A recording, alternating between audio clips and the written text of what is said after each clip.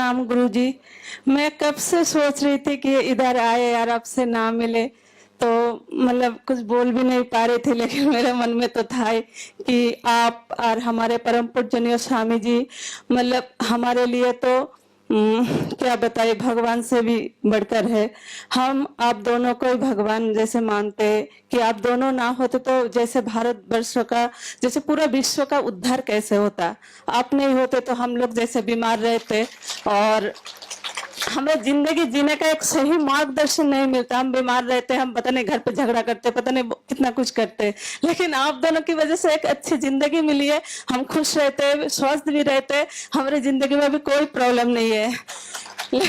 लेकिन एक बात पूछनी है, मतलब इसका सोल्यूशन मुझे अभी तक नहीं मिल रहा है। जैसे वो बात रोगों के लिए हम कैसे मतलब इलाज बताए, जैसे किसी को बताते तो मतलब बात रोगों को लिए। देखो ऐसा है ना, अब वात रोगों में तो बहुत सारी स्थितियां होती हैं।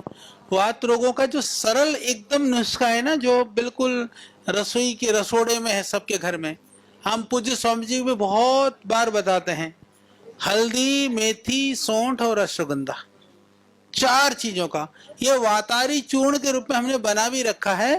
हल्दी, मेथी, सौंठ और अश्वगंधा, इन चारों का पाउडर आप 1-1 चम्मच ले लो सुबह शाम। जिनको थोड़ी ज्यादा गर्मी की तासीर हो तो 1 चम्मच से थोड़ा कम ले सकते हैं। ये सबसे अद्भुत है। और इसके अतिरिक्त यदि थोड़ा ज्यादा दर्द वगैरह हो तो जैसे हमारी पीड़ांतक वटी है और बहुत ज्यादा दर्द हो तो 1-1 गोली पीड़ानील गोल्ड भी दे दो।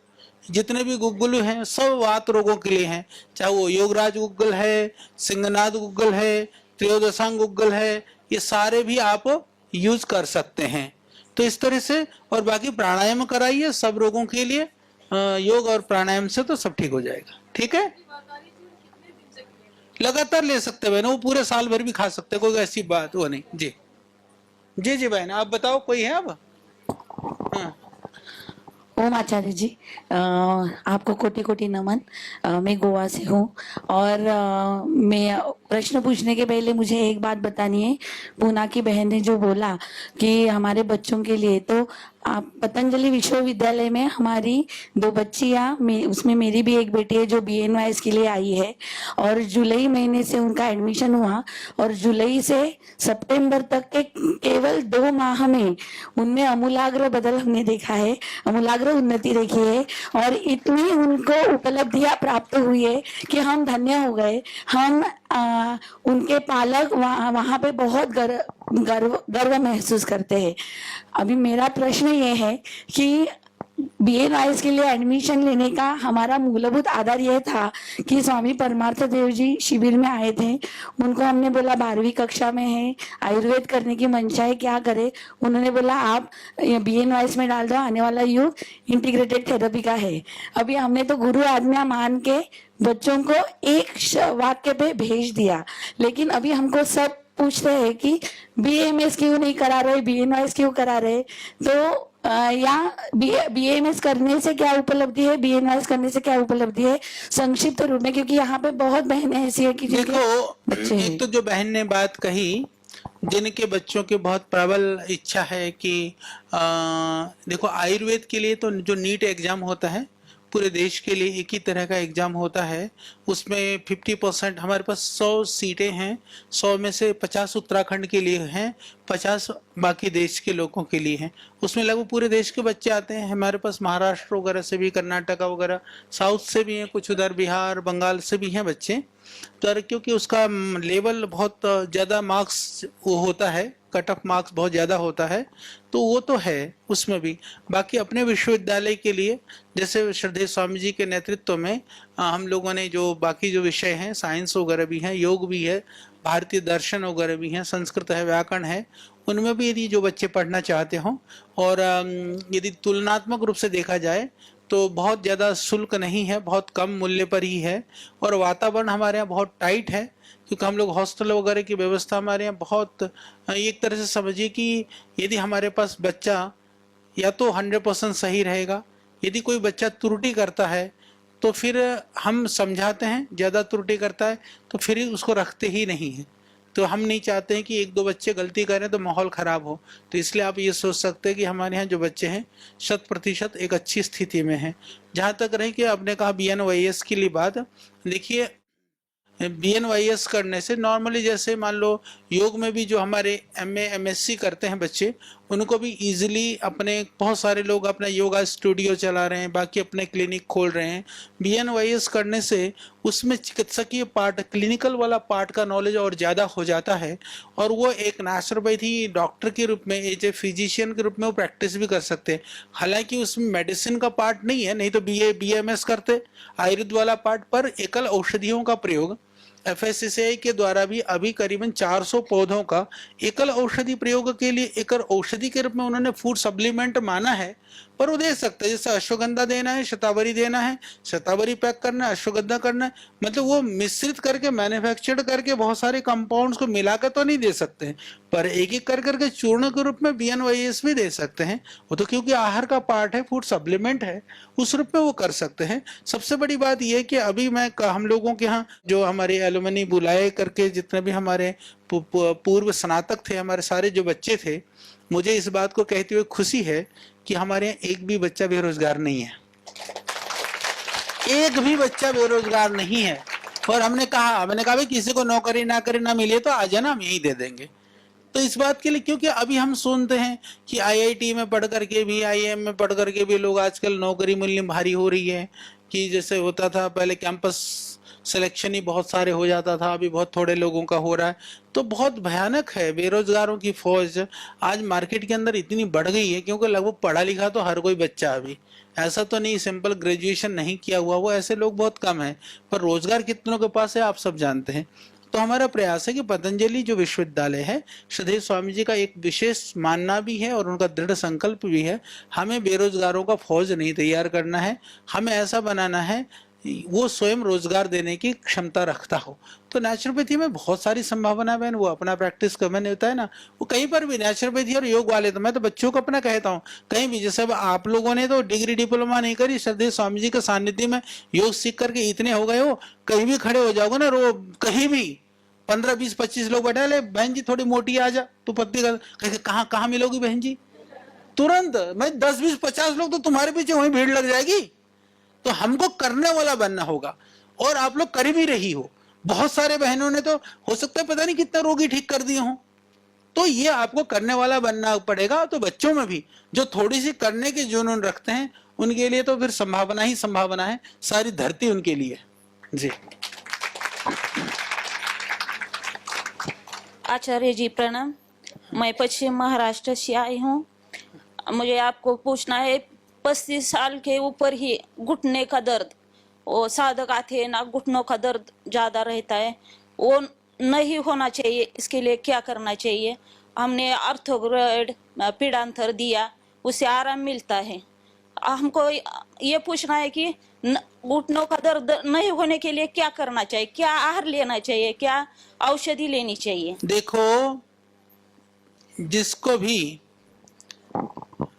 देखो, आयुर्वेद और योग का यही प्रयोजन है कि जो स्वस्थ हैं वो रोगी ना हो।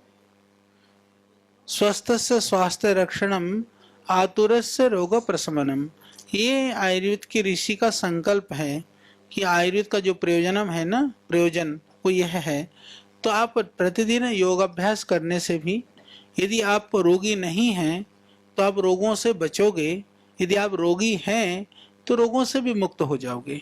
साथ साथ में आयुर्वेद के प्रयोग से, जैसे आपका ज्यादा दर्द है तो वैद्यकीय परामर्श, जैसे थोड़ा दर्द है, जैसे मैंने बताया वाताहारी चूर्ण ले लो, ऑर्थोग्रेड लगातार रख लो, फिर आप कह रही हो कि जी लेती हूँ तो आराम होता है, बाद में दर्द होता है, इसका मतलब यह है कि आपके रूटीन, आपका आहार, उसको भी आपको ठीक करना जरूरी है। उसमें आप जैसे जिनको दर्द है, खट्टी चीजें कतई भी मत लो, अचार वगैरह बंद कर दो, बहुत तली हुई चीजें बंद कर दो, रात को जो है कोई भी दही सलाद वगैरह कच्ची चीजें वो सब बंद कर दो। तो ये आप ध्यान रखिए, बाकी आप ठीक हो जाएंगे। जी ओम आचार्य जी, अब बोल रहे हैं हमसे, अभी पेट के दर्द, जो पेट में बाथरूम पैखाना ना होना, पेट की समस्या काफी बढ़ चुकी है। अभी अभी जिस हम लोग क्लास कराते हैं वहाँ पेट की समस्या काफी बढ़ी हुई है। अब पेट के कारण ही मोटापा अधिकतर बढ़ा हुआ है। लोग चूरन देते हैं, लेकिन चूरन से खाने से 1 से 2 दिन, या शुद्ध चूरन हो या दिव्य चूरन हो, 1 से 2 दिन मतलब ठीक होता है, फिर उसी तरह हो जाता है। तो क्या क्या जब पेट की समस्या खत्म हो जाए? देखिए, पेट के लिए जो भी शुद्धि चूर्ण है, दिव्य चूर्ण है, या फिर दूसरे त्रिफला चूर्ण है, हरितकी चूर्ण है, ये सब चूर्ण ये कुछ समय के लिए लगातार लेना चाहिए। पर जो कारण के लिए बहन, उनको ना लघु संघ प्रक्षालन आप लोग सीख भी लो, ट्रेनिंग में ये आपको सिखा भी दिया जाएगा। ये लघु संघ प्रक्षालन कितनों को पता है? लघु संघ प्रक्षालन, संघ प्रक्षालन कितनों को पता है? ठीक है, इसमें पूरा ना भी करो तो लघु संघ प्रक्षालन में नींबू, जिसको दर्द है नींबू नहीं देना, जिसको बीपी है उसको नमक नहीं देना, जिसको नहीं है नींबू नमक डाल करके, दोनों है तो जिसको सिर्फ गर्म पानी, आप गर्म पानी पिलाइए 4-5। उसमें किसी दिन आप एक दिन निश्चित रख लो कक्षा में कि हर रोज नहीं, कम से कम जो है ना आप 1 आध महीना में ये तो क्रिया अपनी कक्षा में भी आप करा सकते हैं। पानी ला करके पतीले इकट्ठा करना, वो आसन आपको संघ प्रक्षालन के सिखा देंगे। कल की ट्रेनिंग में आपको ट्रेनिंग हो जाएगी। उसके बाद में वो वहां पर बाथरूम होना जरूरी है जहां संघ प्रक्षालन कराओगे, इतना ध्यान रख लेना।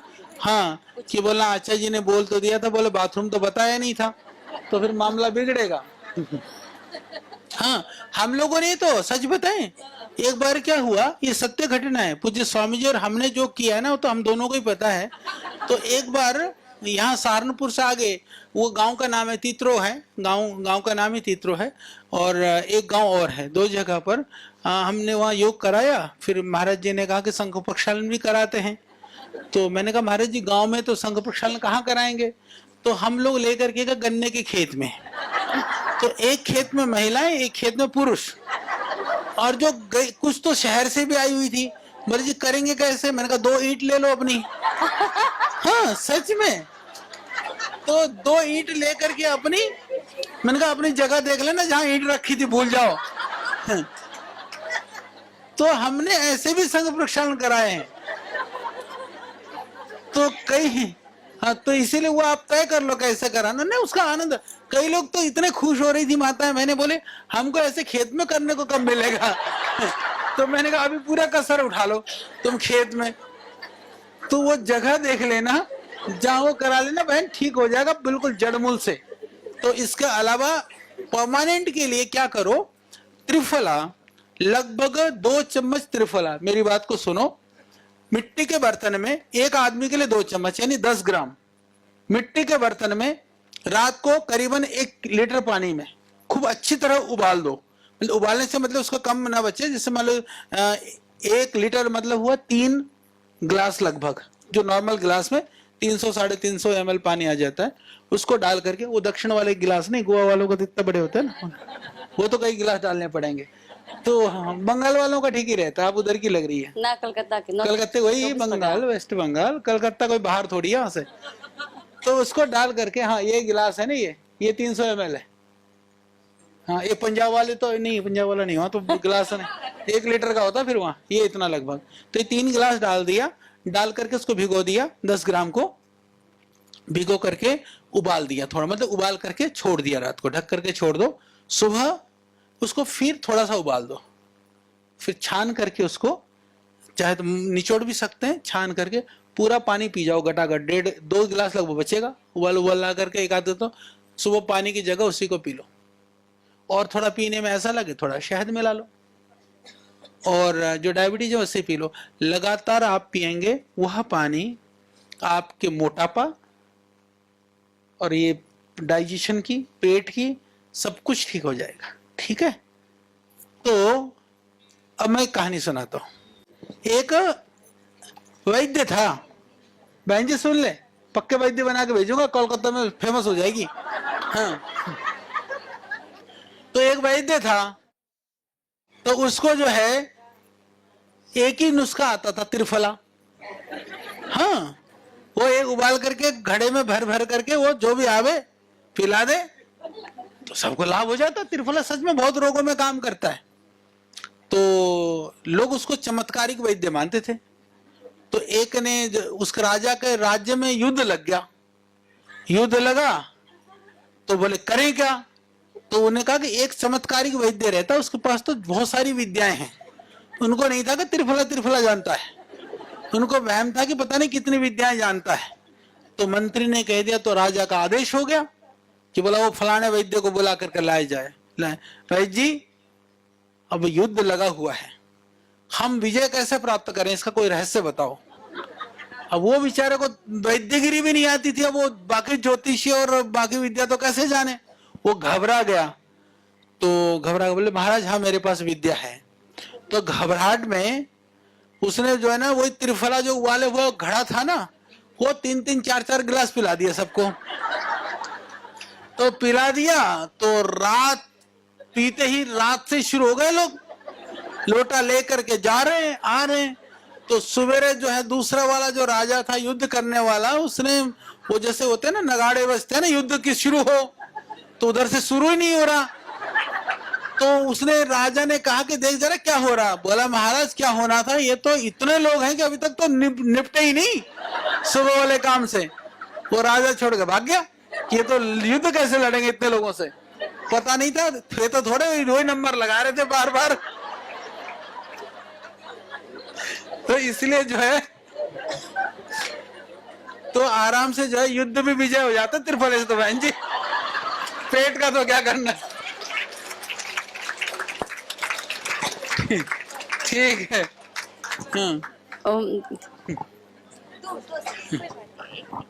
जी प्रणाम आचार्य जी। मैं गुजरात बड़ौदा से आई हूँ। मेरी क्लास में कम से कम 40 से 50 लेडीज आती हूँ। उनमें से एक लेडीज की प्रॉब्लम पूछ रही हूँ। एक लेडीज को स्मॉल इंटेस्टाइन में अल्सर हुआ है, तो उसके लिए आप औषधि, खान पान और कुछ व्यायाम प्राणायाम। देखो जिसको अल्सर है ना, एक तो चाय कॉफी जैसी तीक्ष्ण चीजें टोटल बंद करवा दीजिए, और ज्यादा तीक्ष्ण मतलब मिर्च मसाले भी उसको बंद करवा दो, और हल्का आहार और जो मधुर चीजें हैं उनका सेवन कराइए।